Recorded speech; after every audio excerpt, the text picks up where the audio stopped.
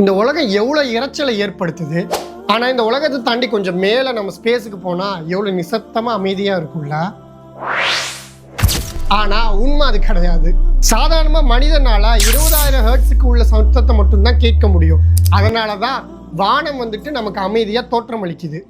ஆனால் 2003 நாசாவுடைய விஞ்ஞானிகள் அவர் space is not சைலண்ட்னு சொல்லி அங்கே இருக்கக்கூடிய கோள்கள், நட்சத்திரங்கள், விண்கற்கள்லாம் மிகப்பெரிய சத்தங்களை எழுப்புதுன்னு சொல்லியிருக்காங்க.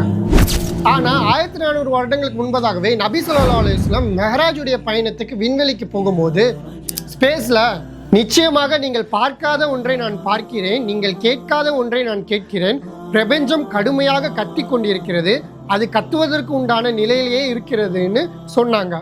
இன்னும் அந்த சத்தமானது ஒட்டகம் அலறுவதை போல அலறுற சத்தமாக இருக்கும்னு நபி ஸல்லல்லாஹு சொன்னாங்க.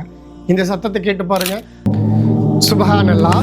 இதுவே நபி ஸல்லல்லாஹு அலைஹி வஸல்லம் உண்மையான இறை தூதர்ன்றதுக்கு ஒரு சான்றுகள்ல ஒன்றுன்னு சொல்லலாம்.